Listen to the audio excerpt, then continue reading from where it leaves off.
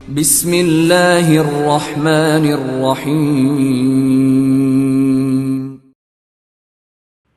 فلسطین کسی صلاح الدین کے انتظار میں۔ مصنف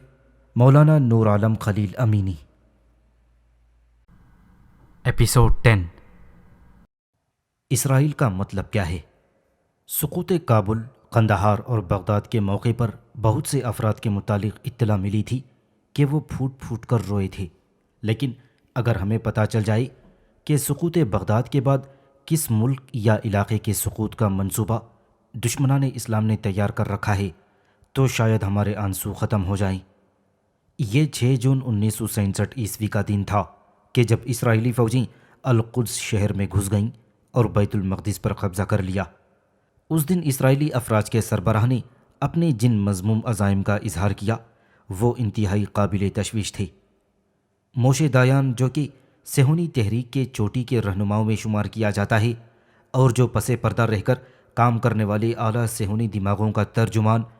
اور ان کے منصوبوں کے نفاذ کا ذمہ دار سمجھا جاتا تھا، یہ اس دن اسرائیلی بری افواج کا سربراہ تھا۔ اس کی ایک عادت یہ بن جاتی ہے کہ یہ کوئی بھی منصوبہ مکمل ہونے پر پیچھے مڑ کر اس کی مبارکبادیاں لینے کے بجائے کسی نئے منصوبے کی طرف توجہ مرکوز کر لیتا تھا۔ چنانچہ اس نے یروشلم آپریشن کامیابی سے مکمل کرنے کی اطلاع پا کر کہا، ہم نے یروشلم پر قبضہ کر لیا ہے، اب ہم یثرب اور بابل کی طرف بڑھنے والے ہیں۔ جس وقت موشے دایان تل ابیب سے یہ بیان جاری کر رہا تھا، اس وقت عراقی مسلمانوں کو دیوانیہ ناصریہ امارہ اور دہوک سے نقل مکانی کر کے مقبوضہ فلسطین جانے والے یہودیوں کے الفاظ یاد آئے۔ انہوں نے اپنا سامان باندھتے ہوئے علل اعلان کہا تھا، وہ دن دور نہیں جب ہم عراق واپس آئیں گے اور اپنی جائیدادیں واپس لیں گے۔ عراقی مسلمان حیران تھے کہ یہ کمبخت اتنے عرصے تک ہمارے پڑوس میں کتنے آرام و سکون سے رہنے کے بعد جاتے وقت ہمیں یہ دھمکی دے رہے ہیں۔ انہیں یہ خبر نہیں تھی کہ یہود مردود ان کے احسانات کا ہرگز کوئی لحاظ نہیں کریں گے، کہ ان کی بدعہدی ان کی سرشت میں داخل ہے،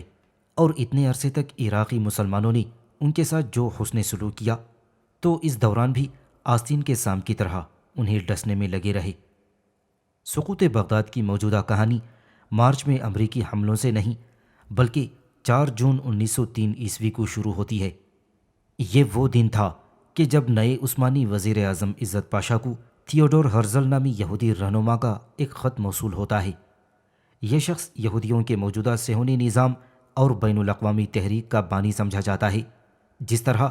پیٹر نامی عیسائی پادری صلیبی جنگوں کا محرک تھا، اسی طرح یہ شخص اس صہیونی تحریک کا بانی ہے جس نے آج عالم اسلام بلکہ کرۂ ارض کے اکثر حصوں میں فتنہ و فساد کی آگ لگا رکھی ہے۔ یہ ہنگری کے دارالحکومت میں 2 مئی 1860 عیسوی کو پیدا ہوا اور اپنے مرنے کے دن 3 جولائی 1904 عیسوی تک یہودیوں کی فلاح و بہبود کے لیے کام کرتا رہا۔ بنیادی طور پر یہ صحافی اور تمثیل نگار تھا،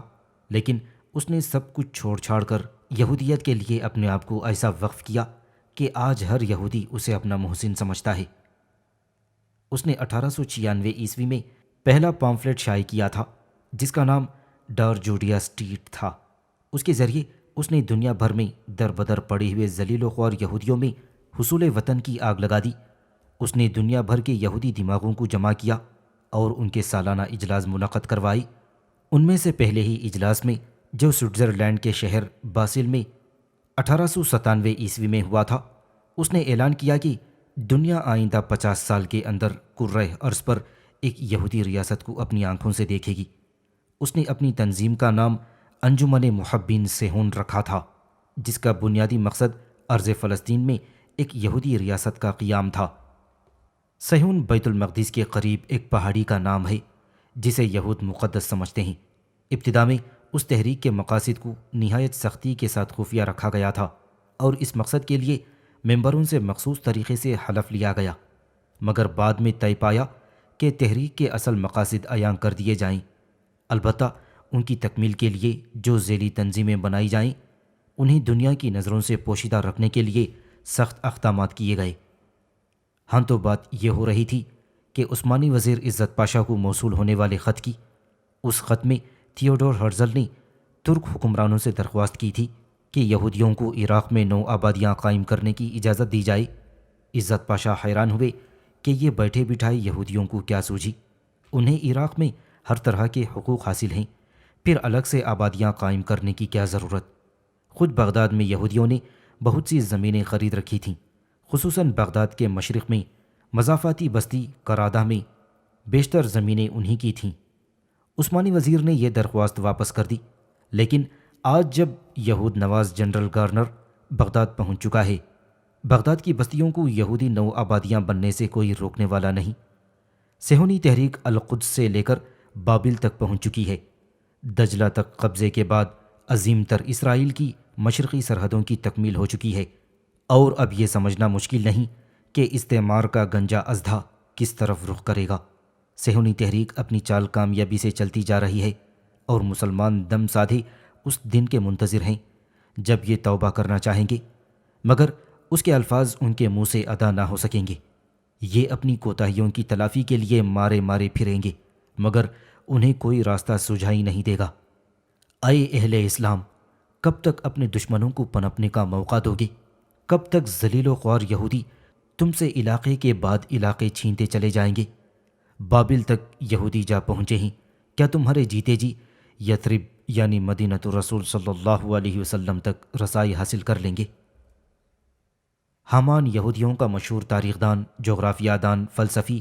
ماہر مستقبلیات اور اعلیٰ پائے کا منصوبہ ساز گزرا ہے۔ اس کا پورا نام الفرڈ تھائر حامان تھا۔ اس کا شمار یہودیت کے لیے فکری سطح پر کارہائے نمایاں انجام دینے والے ممتاز دانشوروں میں ہوتا ہے۔ یہودیت کے دنیا بھر میں بکھرے ہوئے افراد نے پچھلی 2 صدیوں میں ایک جسم کی طرح مل کر کام کیا ہے، بالکل ایسے جیسے مسلمان کو ان کے پاک نبی اکرم صلی اللہ علیہ وسلم نے حکم دیا تھا،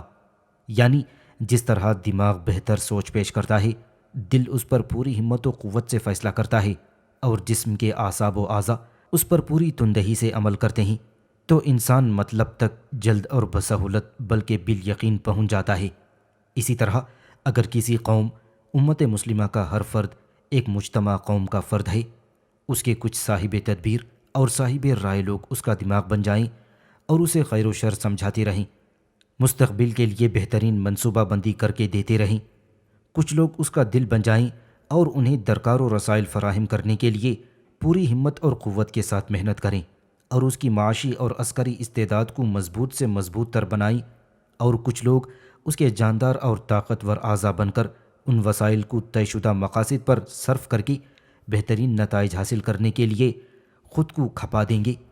تو اس کائنات کو تکوینی قوانین کا پابند بنا کر پیدا کرنے والے خدا کا فیصلہ ہے کہ اس قوم کے دن پھر سکتے ہیں۔ لیکن افسوس کہ ہمارے ہاں منصوبہ بندی کا یہ عالم ہے کہ ہمارے اہل علم دنیا کی 3 اہم علمی اور عالمی زبانوں انگریزی، عربی اور معیاری اردو کی تعلیم کے لیے آج 2024 میں وہ نظام قائم نہیں کر پائے جو 1903 عیسوی میں کر لینا چاہیے تھا۔ اور سب کچھ جانے دیجئے، ہمارے بعض روشن خیال حضرات آج ان کاموں کی طرف توجہ فرما رہے ہیں جو انہیں 1885 عیسوی کی جنگ آزادی کے بعد کر لینے چاہیے تھے، جبکہ مغرب جس کے دل و دماغ اور اعصاب و اعضاء یہودی ہیں 2000 عیسوی میں ان منصوبوں پر عمل کر رہا تھا جو اس نے 1901 عیسوی میں سوچے تھے، اور اپنی تجربہ گاہوں میں ان منصوبوں پر تجربے کر رہا ہے جو اسے 2100 عیسوی میں پورے کرنے ہیں، اور اس کے دماغ ان امور پر سوچ بچار کر کے محتاط انداز قائم کر رہے ہیں جو 2100 عیسوی کے بعد پیش آ سکتے ہیں۔ ہاں تو بات ہو رہی تھی کیپٹن الفرڈ تھائر کی، جو حامان کے نام سے گزشتہ سے پیوستہ صدی میں یہودیوں کے عالمی سطح پر سوچنے والے دماغ کی ایک اہم رگ تھا۔ اس نے یہودی ریاست کی تشکیل کے لیے یہودیوں کو روڈ میپ کا ابتدائی خاکہ بنا کر دیتے وقت کہا تھا، جس کی حکمرانی مشرقی یورپ پر ہو اس کی حکمرانی ہاٹ لینڈ پر ہوتی ہے، اور جس کی حکمرانی ہاٹ لینڈ پر ہو اس کی حکمرانی ورلڈ آئرلینڈ یعنی یوریشیا، یورپ و ایشیا اور افریقہ پر ہوتی ہے، اور جس کی حکمرانی ورلڈ آئرلینڈ پر ہو اس کی حکمرانی ساری دنیا پر ہوتی ہے۔ حامان کی بات کو ایک اور یہودی مفکر ہالفرڈ میکنڈر نے آگے بڑھایا۔ اس کا زمانہ 1896 عیسوی سے 1947 عیسوی تک کا ہے، یعنی اس کی موت کے اگلے سال اسرائیل کرۂ ارض پر ایک زائنسٹ یعنی صہیونی ریاست کے طور پر وجود میں آ گیا تھا۔ اس نے کہا تھا، ہارٹ لینڈ کرۂ ارض کا وہ علاقہ ہے جو جغرافیائی اعتبار سے ساری دنیا پر حاوی ہے، لہٰذا اسے سیاسی اعتبار سے بھی سب خطوں پر فوقیت حاصل ہے۔ اس لیے عالمی سیاست آخرکار خشکی اور سمندر پر تسلط رکھنے والی قوموں کے درمیان عظیم کشمکش پر آ کر مرتکز ہو جائے گی، اور ہارٹ لینڈ اس دنیا کا وہ خطہ ہے جو بحری قوتوں سے محفوظ علاقہ ہے،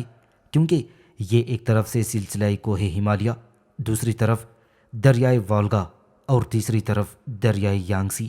اور چوتھی طرف سے بحیرہ قطب شمالی سے گھرا ہوا ہے۔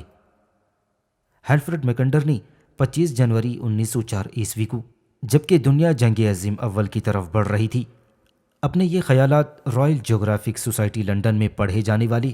ایک مقالے میں پیش کر رہا تھا، جس کا عنوان تھا the geographical point of history.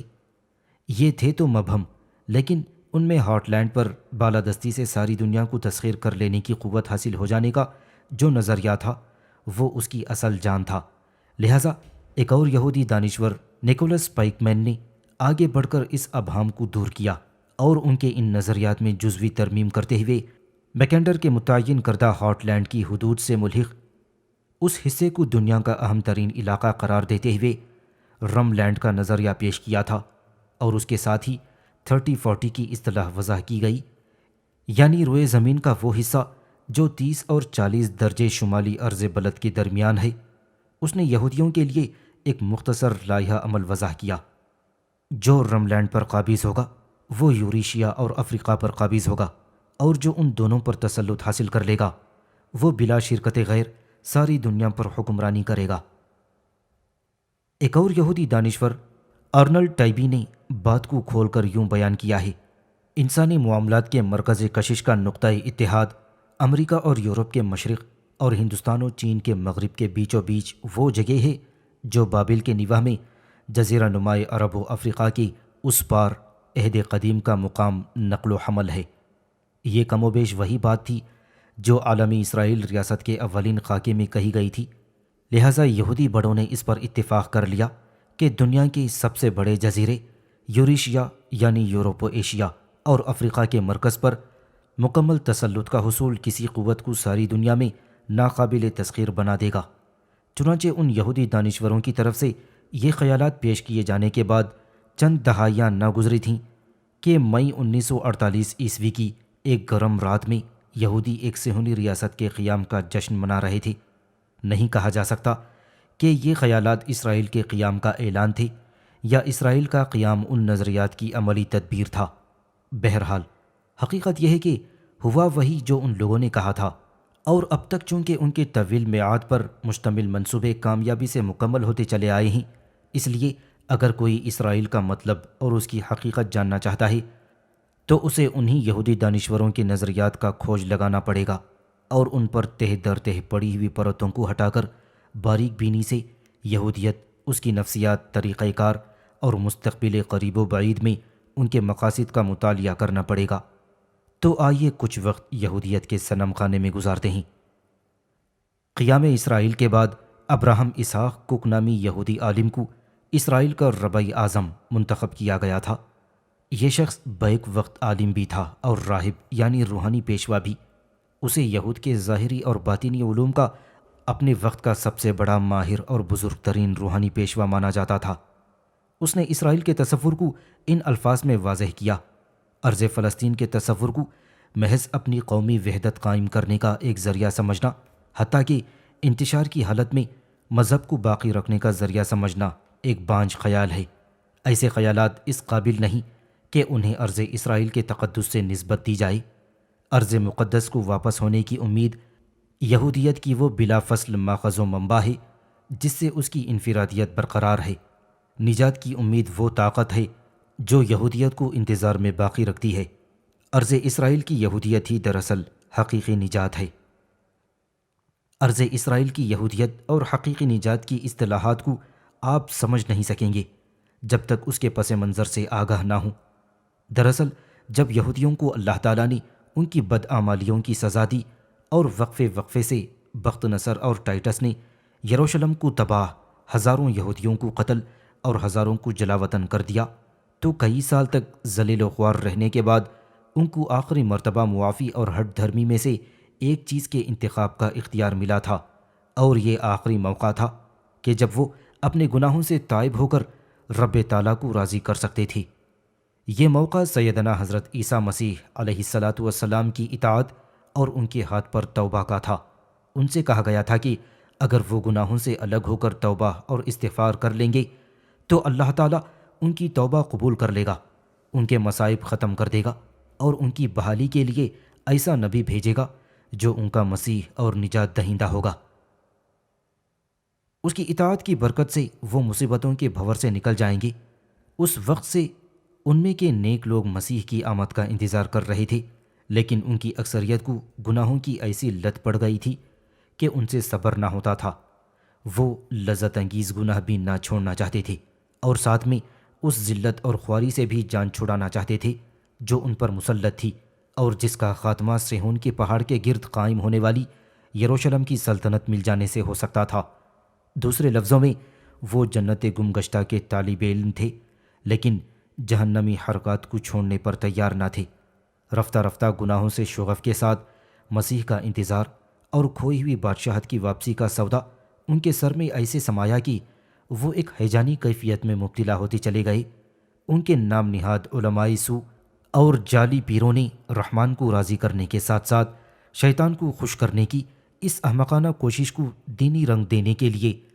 اصلی تصور مسیح کو مسخ کر کے ایک جعلی اور من گھڑت تصور مسیح پیش کیا تھا، اور چونکہ اس جعلی تصور کی مقبولیت تورات اور زبور میں تحریف کیے بغیر ممکن نہ تھی، لہٰذا ان مقدس کتابوں میں قطع و برید شروع کر دی گئی۔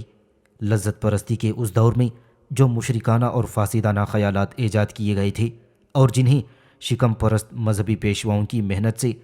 اللہ کے دین کے متوازی ایک دین کی شکل میں ڈھالا جا چکا تھا، وہ یہودیت کا جزء لازم بنا لیے گئے، اور اس کے مقابلے میں حقیقی اور انبیائی دین فاسد، باطل اور جعلی قرار پایا۔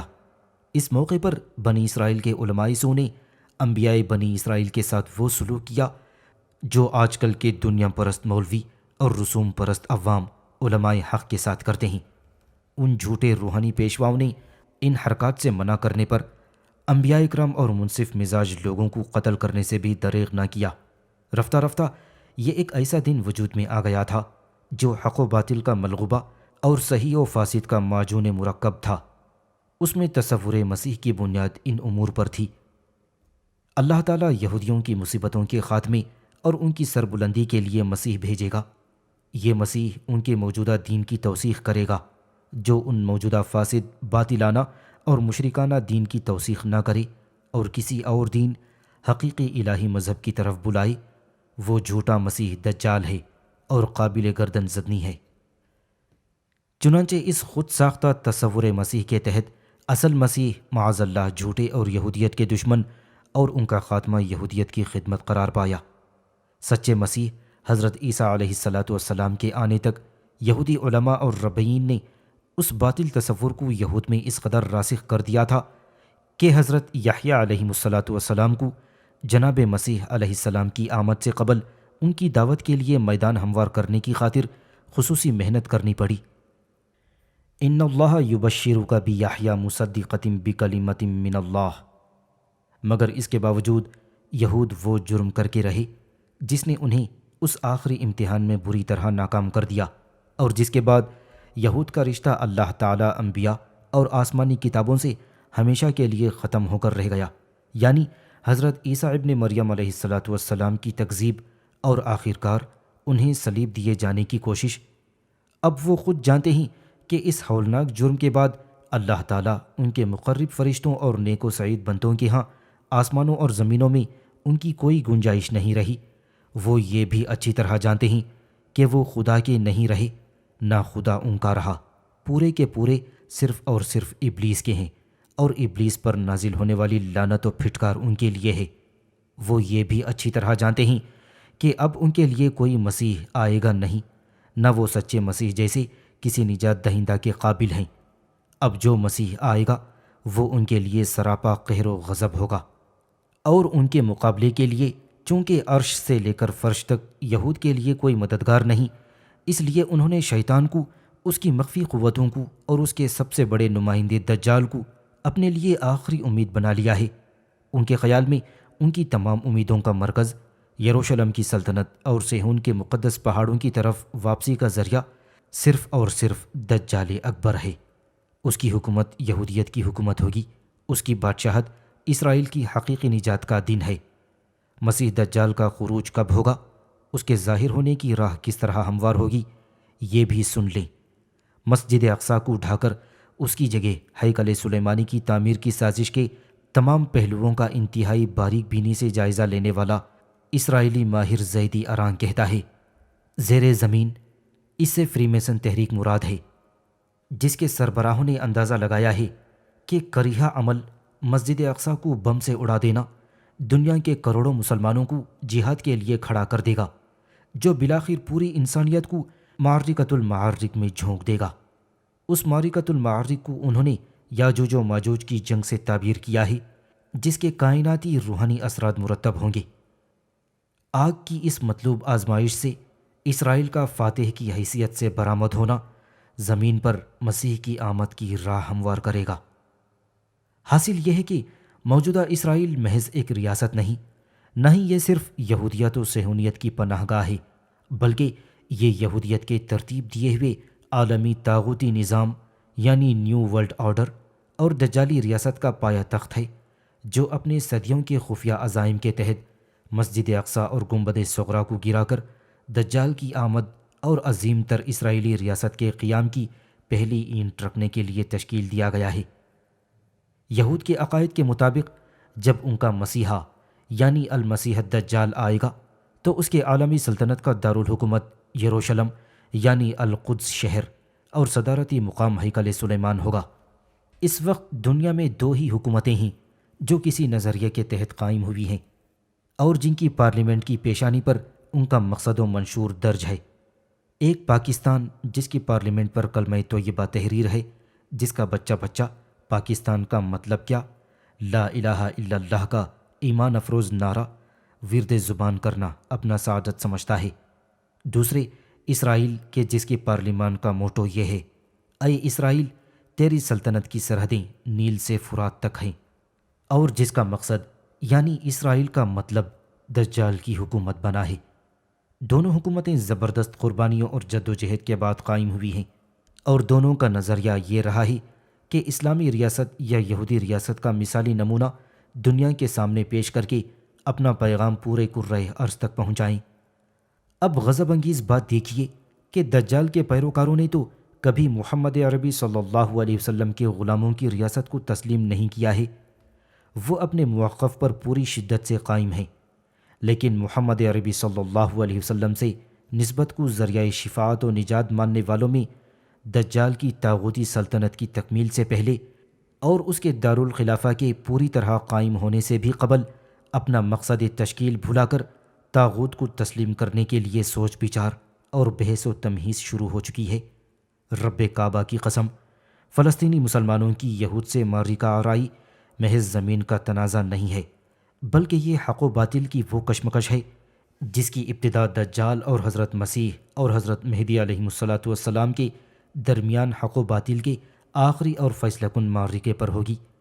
اب اہل ایمان سوچ لیں کہ وہ کس گروہ میں اپنا نام لکھوانا چاہتے ہیں۔